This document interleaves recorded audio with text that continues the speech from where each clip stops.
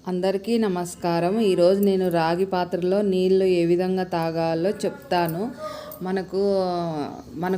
నాకుండేది కీళ్ళవాతము. నాకు చాలా నీరసంగా ఎక్కువ ఉంటాండే. అప్పుడొచ్చి రాగి పాత్రలో కానీ నీళ్లు నైట్ పెట్టుకొని ఉదయాన్నే తాగమ్మా మొహం కడుక్కొని అని చెప్పింటే డాక్టర్ ఆ విధంగా తాగుతా అంటే మనకు అనేది చాలా నీరసం అనేది తగ్గుతుంది. కడుపులో గ్యాస్ట్రిక్ అనేది ఉంటుంది, అది తగ్గుతుంది. ఏమున్నా రాగి పాత్రలో 8 గంటలు నీళ్లు పెట్టుకొని నిలువ పెట్టుకొని తాగల. మనం ఎక్కువ శాతం కానీ రాగి పాత్రలో నీళ్లు తాగకూడదు. ఎంత తాగల్లో అంత విధంగా తాగల.